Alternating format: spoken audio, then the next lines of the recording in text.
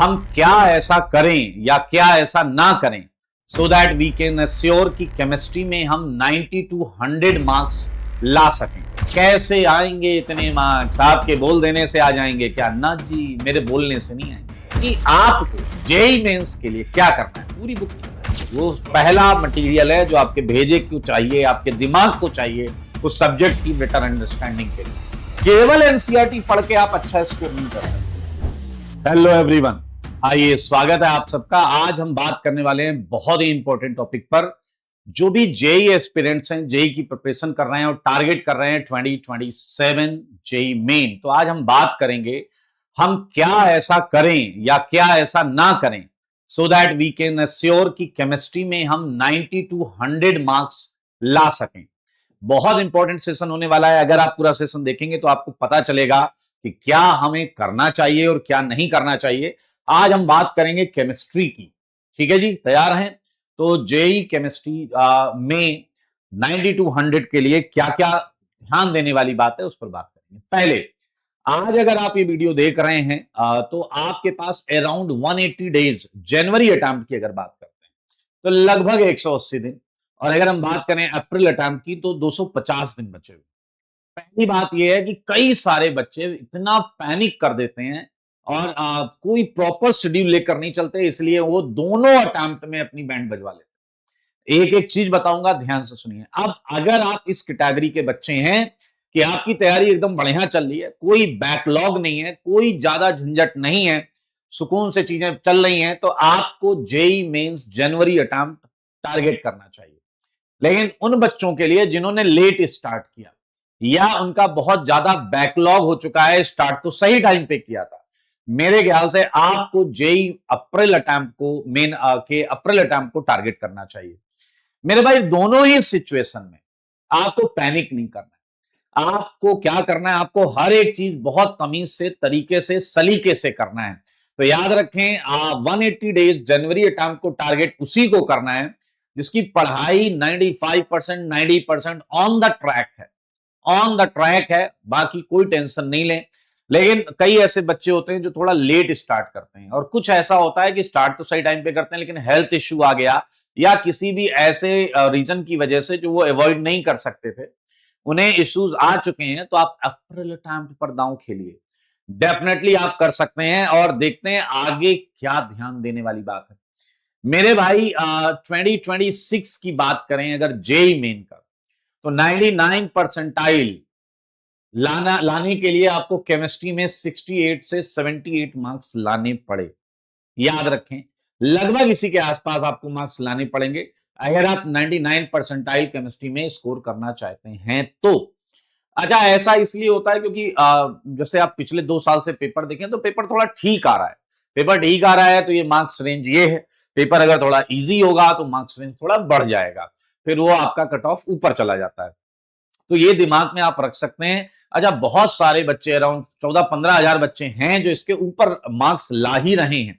तो कम से कम इतने मार्क्स अगर हम लाएंगे तो हम 99 परसेंटाइल को टच कर पाएंगे। केमिस्ट्री सब्जेक्ट की बात की जा रही है। अब ध्यान देने वाली बात यह है कि 2 साल का ट्रेंड देखें तो मेरे भाई ये लगभग वेटेज रहा है केमिस्ट्री के तीनों पार्ट का।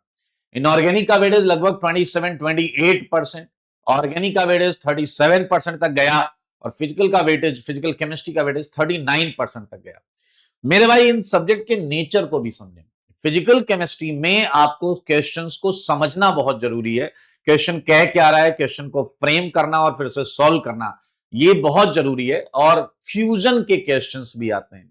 आजकल क्या ऑर्गेनिक एंड फिजिकल मिक्स करके क्वेश्चन दे देते हैं। ऑर्गेनिक, इनऑर्गेनिक, फिजिकल के साथ ज्यादा मिक्सिंग के क्वेश्चन आते हैं। ड्यूमास मेथड, केरियस मेथड, इस टाइप पर भी क्वेश्चंस बहुत सारे बनते हैं। तो मेरे भाई, इसलिए ऑर्गेनिक और फिजिकल का वेटेज थोड़ा बढ़ा हुआ दिख रहा है। रही बात ऑर्गेनिक, ऑर्गेनिक में आपको लॉजिकली चीजों को समझना होता है और उसके अकॉर्डिंग करना होता है। इससे फायदा क्या होता है? अगर कोई नया क्वेश्चन आपके सामने आता है तो आप उस नए क्वेश्चन को बना ले जाते हैं। ठीक है, रट के जाओगे तो बैंड बज जाएगी, नया क्वेश्चन देखते ही छोड़ने का मन करेगा। मेरे भाई, इनऑर्गेनिक में आपको काफी कुछ मेमोराइज करना होता है, लॉजिक्स भी होते हैं, लेकिन याद करने की भी काफी कुछ चीजें होती हैं। तो ये आप परसेंटेज दिमाग में रख सकते हैं। इंपॉर्टेंस यहां से आपको साफ साफ दिख रही है।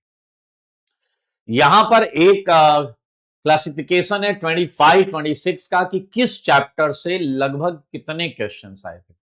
जैसा we all know GOC white में आप देख सकते हैं जनरल ऑर्गेनिक केमिस्ट्री लिखा है, जीओसी से 2 से 3 क्वेश्चन और इधर 2 से 3 क्वेश्चन 2025 में भी। तो मेरे भाई ये आपके हेल्प के लिए यहाँ पर हमने डिस्क्रिप्शन दिया हुआ है चैप्टर वाइज की किस ईयर में किस चैप्टर से लगभग कितने क्वेश्चन आए हैं।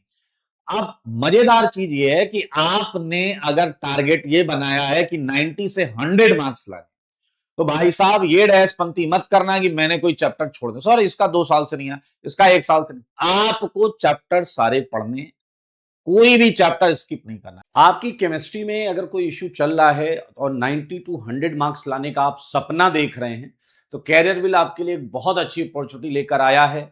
और वो आप देख सकते हैं केमिस्ट्री का कंप्लीट समाधान। आप 11th में हो, आप 12th में हो, आप ड्रॉपर में हो, आप किसी भी जगह पर हो, केमिस्ट्री में इश्यू फेस कर रहे हो, अब आप केवल केमिस्ट्री के लिए भी हमारे बैच को ज्वाइन कर सकते हैं। 11वीं 12वीं और ड्रॉपर में आपको देखिए हम लोग पढ़ाने वाले हैं। मैं ऑर्गेनिक पढ़ाऊंगा, Vijay sir inorganic and AK sir physical chemistry पढ़ाने वाले हैं। और केमिस्ट्री में किसी भी प्रकार का कोई भी इशू क्यों ना चल रहा हो, बैकलॉग का हो, कॉन्सेप्चुअल इशू हो, कुछ भी हो, अब वो आप आराम से इस केमिस्ट्री स्पेशल बैच से क्लियर कर सकते हैं। नहीं, सबसे बड़ा क्वेश्चन, कैसे आएंगे इतने मार्क्स? आपके बोल देने से आ जाएंगे क्या? ना जी, मेरे बोलने से नहीं आएंगे, मेरे बताने से और आपके करने से आएंगे, मेरे पढ़ाने और आपके सीखने से आएंगे। इसलिए इन पॉइंट्स पर बहुत ध्यान दीजिए। फोकस ऑन अंडरस्टैंडिंग, कोई दिक्कत नहीं है। आप पुराना पाप अगर कोई कर रखा है उसे सोच के मत छाती पीटो, मत रोते रहो, नया स्टार्ट करो, न्यू स्टार्ट करो, आज से करो, अभी से करो। जब भी आपको पढ़ाया जा रहा है, एडुकेटर जो भी बता रहा है उस पर फोकस करिए, सुनिए ध्यान से, क्योंकि आज आपका सुना हुआ, आज आपका समझा हुआ जेईई मेंस और आगे चलकर एडवांस में आपको बहुत क्विक क्वेश्चन सॉल्व करने में हेल्प कर सकता है। मेरे भाई जब आप बहुत अच्छी अंडरस्टैंडिंग रखेंगे, बहुत अच्छा फोकस रखेंगे, तो बेसिक कॉन्सेप्ट क्रिस्टल क्लियर रहेंगे। याद रखें, कोई ट्रिक, कोई चीज, देखिए ट्रिक व्रिक तो ठीक है, लास्ट 5 मिनट है, किसी ने कुछ बताया कि भाई ये जरूर आना है, वो अलग। अभी तो हमारे पास टाइम है, एंड बिलीव मी, ठीक ठीक टाइम है, ऐसा पैनिक करने वाला सिचुएशन नहीं है। तो बेसिक एकदम क्लियर होने चाहिए। ऐसा होने पर क्वेश्चन थोड़ा हिलता भी है, आड़ा तिरछा बनाया भी जाता है, तो आपको दिक्कत नहीं देता। मेरे भाई क्या होता है कि हम मल्टीपल रिसोर्सेस की तरफ भागते रहते हैं, लेफ्ट राइट इधर उधर। दोस्त ने बोल दिया भाई ये वाली चीज कर, ये वाली किताब कर, ना जी ना।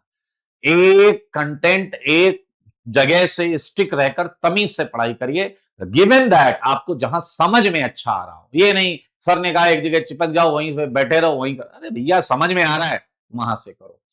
जैसे मैं आपको बताऊं कि आपको थ्योरी कॉपी में थ्योरी कॉन्सेप्ट्स बताए जाते हैं, प्रैक्टिस क्वेश्चंस कराए जाते हैं, पहले वो करिए।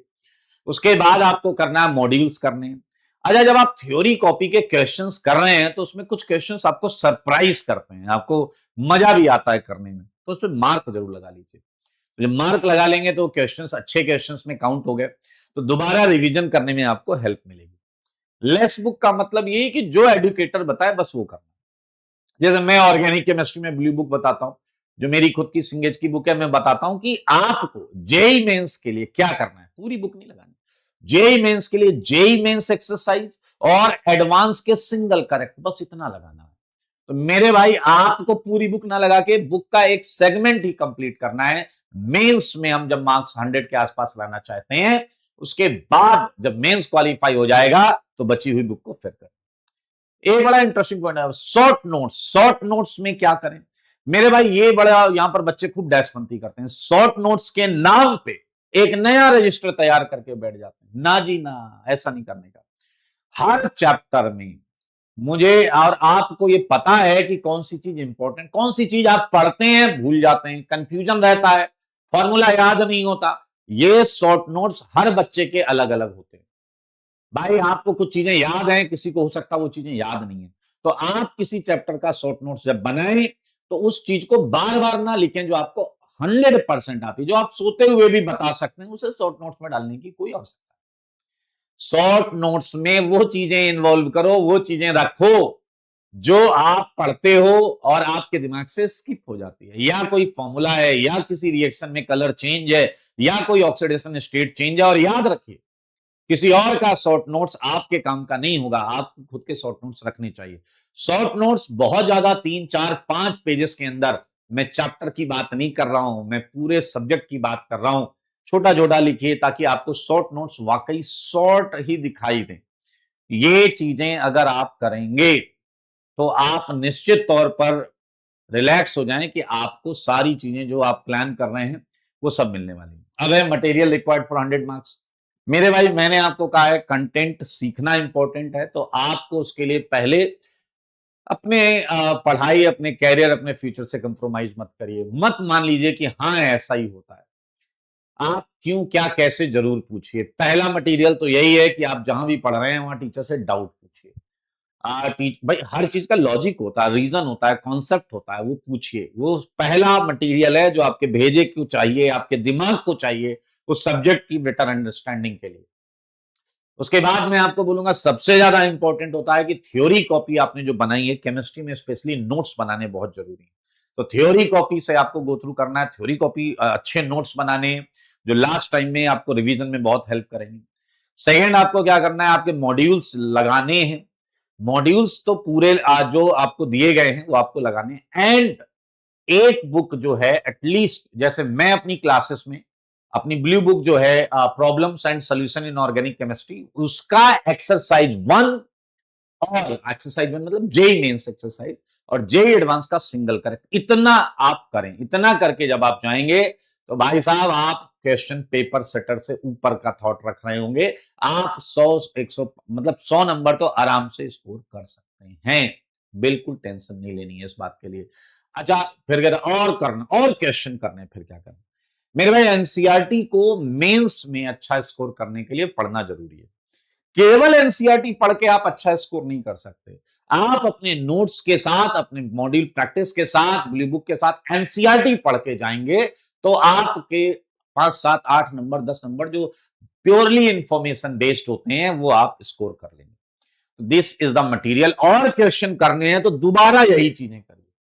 दोबारा आप अपनी थ्योरी कॉपी को रिवाइज करिए, दोबारा मॉड्यूल के क्वेश्चन लगाइए, दोबारा एनसीईआरटी को पढ़िए और एनसीईआरटी के क्वेश्चन लगाइए। बाकी और आपको नया कुछ नहीं करना है। तो मेरे भाई, आई होप आपने ये जो चीजें अभी देखी सुनी, इन्हें आप करेंगे और आप बिलीव मी, इन्हें करिए। आपको डेफिनेटली केमिस्ट्री में अच्छा स्कोर करने में बहुत हेल्प मिलने वाली है। ठीक है जी। So all the best, God bless you all.